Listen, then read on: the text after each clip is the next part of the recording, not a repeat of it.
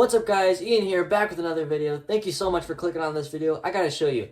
Keegan here is my best friend and he has an awesome Transformers collection. So let's get right into the video. Keegan here has been collecting toys for over 15 years and is still growing to this day. So here's the first shelf. Here's the second shelf, packed with figures everywhere on every shelf. And on top of that, here is a Transformers Rise of the Beast movie display from a store. Check that out. Alright, let's get right into this. Here's the top shelf of the first bookcase. So Keegan, why don't you tell us a bit about this one? Okay, so on this side of it over, we got a bunch of Marvel Legends figures and some Masters of the Universe figures, but over here we got my small little masterpiece collection. We've got a Starscream, Trax, Smokescreen, Bumblebee, and a third-party version of Cliff Jumper. Tell us about this big orange guy. I think some people know who that is, but if not... So this is the Armada Unicron. This was a figure I had the ability to get off of Romney Toys for about $75. This thing is pretty much complete. It's only really missing the dead-end mini-con. But over here you can see I've got him holding a little Legends class hot rod just for the sake of display. And what's this poster you got here? This is a print, not a poster, of the first issue of the Transformers series after the 4-part miniseries, signed by Bob Budiansky. He was one of the comic book writers. He did a bit of illustration, but he's most well known for writing all the bios for every character to be introduced in Transformers from 1984 to 1987. I had the pleasure of getting to meet him at BotCon 2022 last year. Very cool. Here on the second shelf, I can see you got a lot more older toys. Tell us about that. Yeah, so this is the majority of my G1 collection. Most of this is original. There are a couple of pieces that are reissues, like Soundwave Blaster, Hot Rod, Rodimus over there, and G2 Bumblebees right down there. But for the most part, all these figures here are original. And it has taken me a bit of a time to acquire most of these, simply due to the scarcity of them and the fact that G1 toys are getting to the point where many of them are over 40 years old, to where the wear and tear is just keeping it impossible for them to remain in good condition.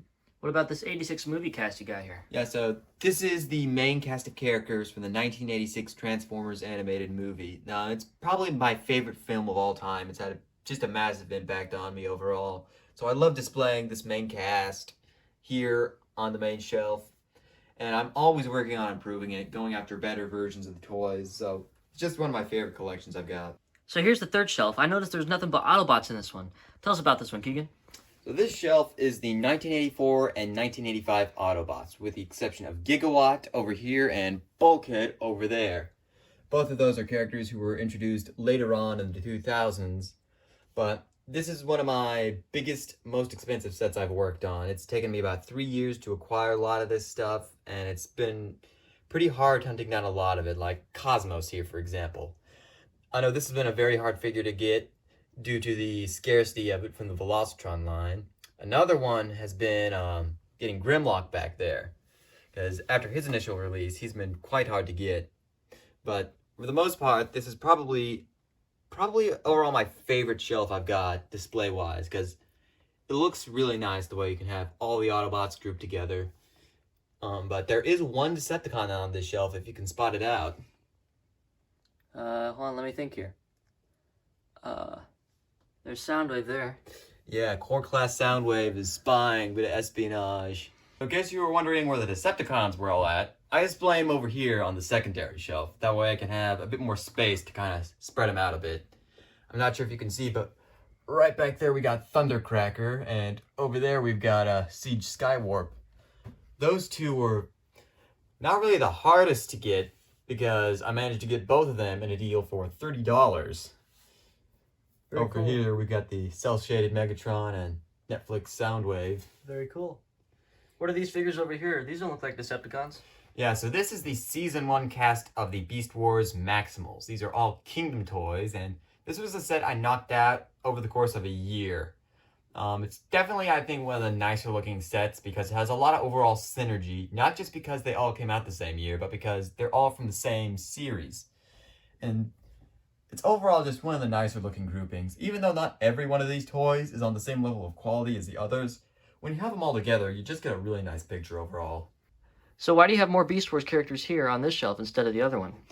So this is mostly just a bunch of other Beast Wars characters and toys that either wouldn't really fit with the theme of the first shelf or wouldn't really fit with the scale. For instance, we've got Thrilling 30's Rat Trap over here. He's a deluxe class, which makes him way too big to be able to scale with the Season 1 cast from the other shelf.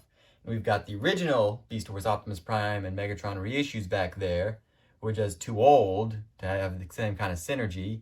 We've got Transmetal Optimus Primal here, and we got Red Optimus Primal over there. We got Paleotrex over here, who was made very recently.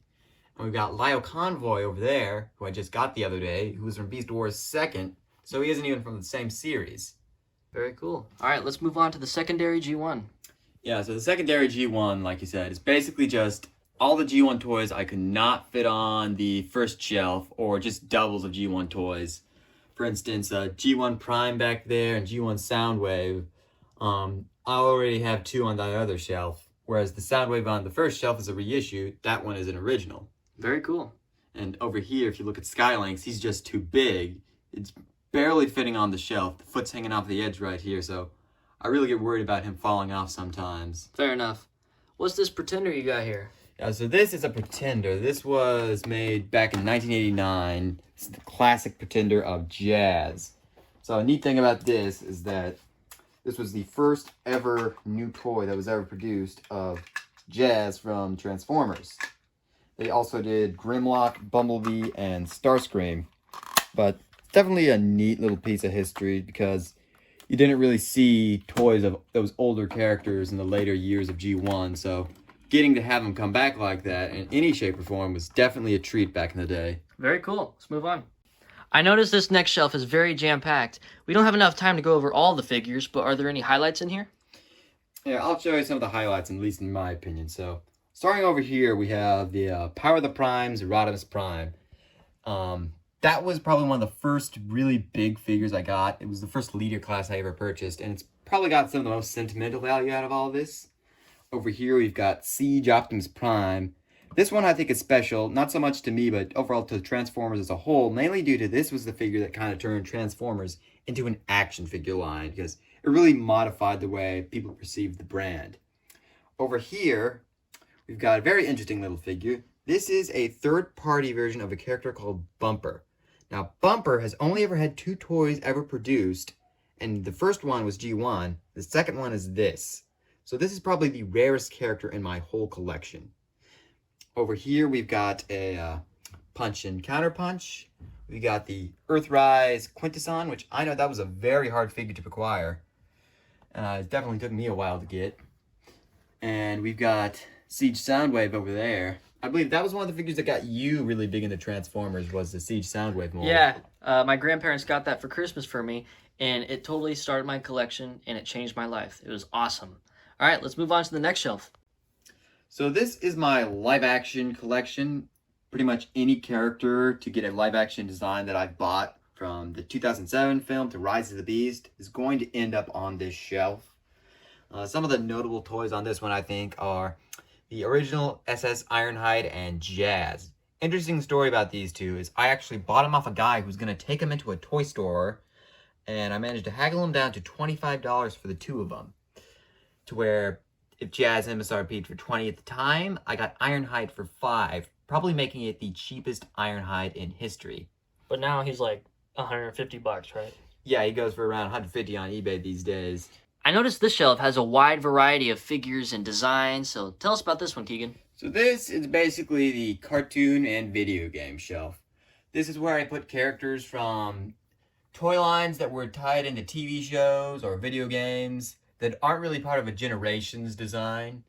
So a couple of Generations figures are on here, for instance, like Classics Bumblebee right here, and you've got the Legacy Prowl and the Legacy Hotshot. But for the most part, all the toys on here are from toy lines that were tied to TV shows, from basically RIDO1 to Cyberverse. So this is just a bunch of boxed figures. Most of these are doubles. We've got the reissue Optimus Primal in box over here. We've got Siege Ultra Magnus. We've got Kingdom Blaster, SS-86 Hot Rod. This is an interesting one, though. This is a SS-86 Perceptor, which I managed to get signed by Paul Edding, the original voice actor of Perceptor.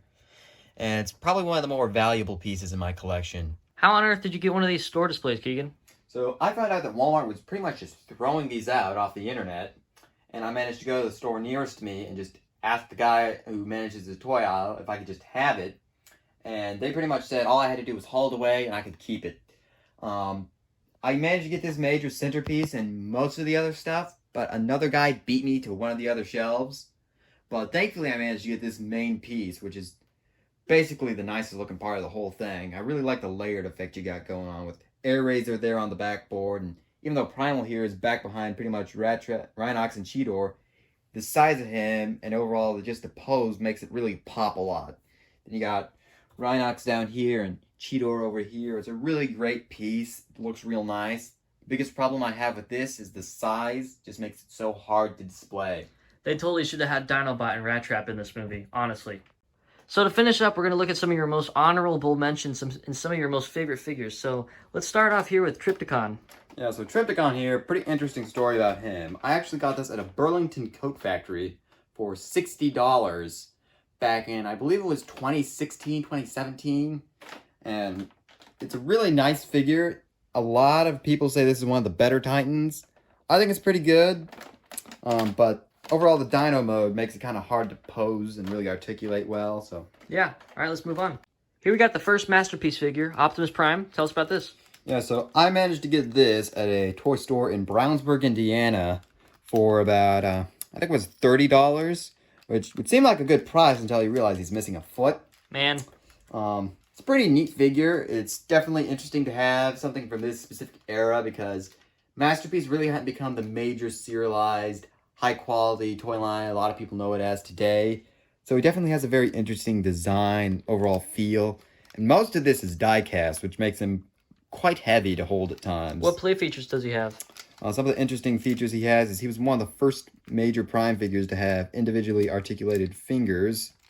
He's got these little panels on his arms that fold up for like communication arrays. Definitely neat. Why would you want to communicate with Megatron there? Man. That's actually an interesting thing, is that there were two versions of this toy that were released. The toys were identical, but the stickers and paint were changed. There was one that had Battle Damage, and it had Bumblebee and Starscream, whereas this one has Megatron, and on this arm you have Grimlock. Very cool. So a neat little function there. And then his mouth moves, right? Yeah, this is one of my favorite little action features, is that you can have his mouth move around. So... probably one of my favorite little bits you can do with this guy. Very cool. What else? Here you got the new Shatterglass Soundwave. Let's hear about this. So this is a figure I find to be quite ironic because it's cast almost entirely in white plastic with the exception of the chest plate here and the translucent visor. And for a toy made entirely out of white plastic, you would assume that this thing would yellow like crazy. But I've had practically no problems with it. Whereas its blue and gray counterpart has had a lot more trouble yellowing, so that is quite annoying to have to deal with. For me as well, that's probably one of my favorite figures I own, yeah. What's so special about this small Optimus Prime here? So this figure ended up costing me an amount of money I will not say on camera, because this is the first ever Transformer I have ever got. It was gifted to me a long, long time ago, and this is what started off basically everything you see here. This cheap little McDonald's toy. Very cool. So these are two figures I really wanted to talk about and show off. This is Siege, Sideswipe, and Cog. And this is the Netflix deep cover and the buzzworthy Red Cog. The interesting thing about these two is that this was the primary stock configuration of the combination gimmick of Cog and Sideswipe from Siege. And one of the reasons I got these two is that it's the inverse color palette of these guys, whereas you got a blue kind of Sideswipe and a red Cog, you got the original where it's a red Sideswipe and a blue Cog. And to my knowledge, no one has posted about this configuration on the internet so far. So, video exclusive sneak peek, I guess. This really grabbed my attention. What is it exactly? So this is a Beast Box. It's a Korean-based toy company that creates these little cubes that transform into different animals. So this is Liger Strike. He was a BotCon 2022 exclusive. His colors are based off of Shattered Glass Megatron. This is currently the only BotCon exclusive I have in my collection, which makes it a very special figure to me. Very cool. All right, what you got here for me? This is probably the most valuable part of my collection. This What? is a Japanese encore reissue of G1 Optimus Prime, signed by Peter Cullen. No way. So if you guys don't know, that's Optimus Prime's voice actor. So that's pretty sick right there.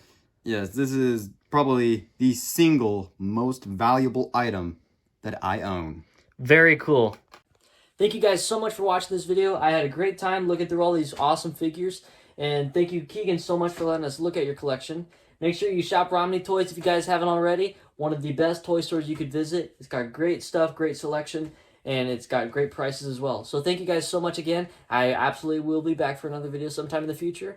Maybe it's another progress report on how he's been doing on his collection. But thank you guys so much for watching. I'll see you in the next one. Take care.